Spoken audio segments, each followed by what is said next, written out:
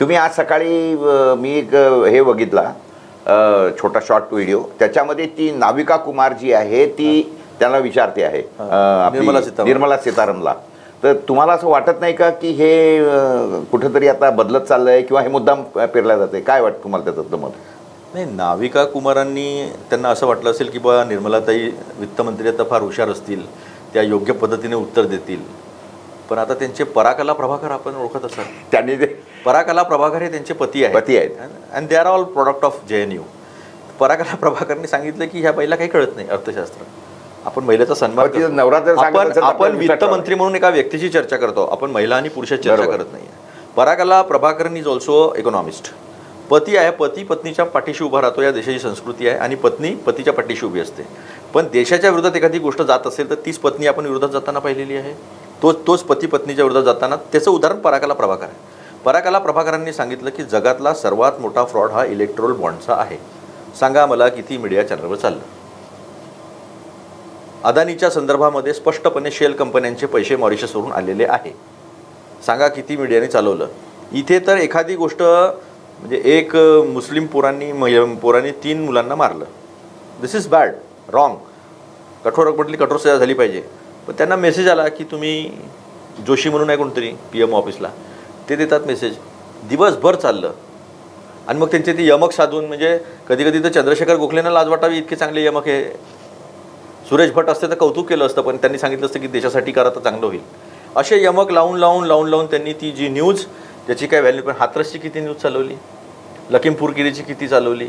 कानपूरमध्ये मजुराच्या 2 मुलींवर रेप झाला, त्यांनी आत्महत्या केल्या दोन्ही बहिणींनी, आणि पोलीस काही करत नाही म्हणून त्यांच्या वडिलांनी आत्महत्या केली.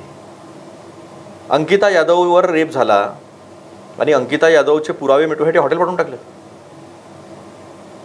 बनारसच्या युनिव्हर्सिटीमध्ये, म्हणजे IIT सारख्या युनिव्हर्सिटीमध्ये ज्यांचे IT सेलमध्ये काम करणारे पोरं त्या मुलीची छेडखानी करतात, तिच्यावर रेप करतात, आणि त्यांना तोपर्यंत पकडलं जात नाही जोपर्यंत मध्य प्रदेशची निवडणूक संपत नाही.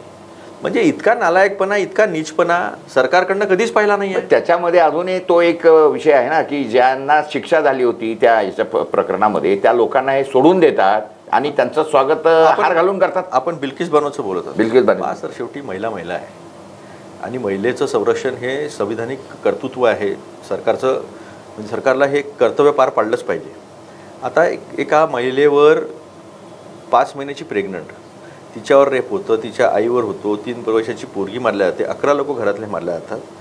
त्या लोकांना तुम्ही पारडं तर सोडताच त्यांचं स्वागत करता, तुमच्या मंचावर बसते.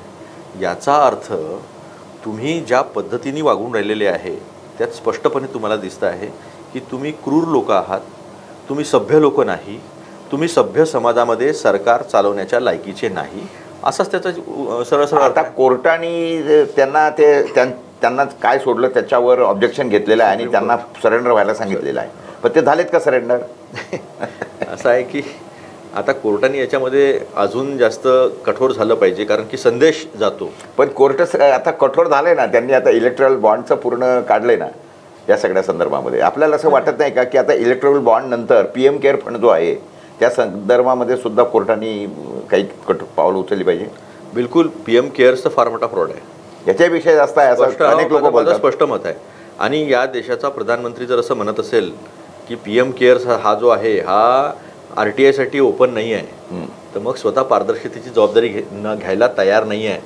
या देशाचा प्रधानमंत्री ज्यांच्यावर भ्रष्टाचाराचे आरोप करतो तो पक्षामध्ये आल्यानंतर त्याचे संरक्षक बनतात. हे 70 वर्षामध्ये कुठल्याही प्रधानमंत्र्यांनी केलेलं नाही.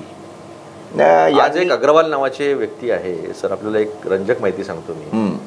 यांनी सांगितलं की मल्टी डायमेन्शनल पॉवर्टी इंडेक्स प्रमाणे 5%च राहिलेली आहे. तर हे आता चक्री फिरवण्यात लय हुशार आहे. आता त्यांनी सांगितलं की अंत्योदयमध्ये, केशरी कार्डमध्ये, BPL मध्ये किती लोकांना आपण अन्नधान्य देतो. साहेब, अजूनही 25% गरिबी आहे. दारिद्र्य रेषेखाली, ॲब्सोल्यूट पॉवर्टी ज्याला म्हणतो आपण. अंत्योदय म्हणजे ज्या माणसाला काहीच नाही आहे त्याला अन्नधान्य दिलं जातो. 24.5% गरिबी जी आहे ती सरळ त्यांनी स्पष्ट आकड्यासहित दाखवलेली आहे.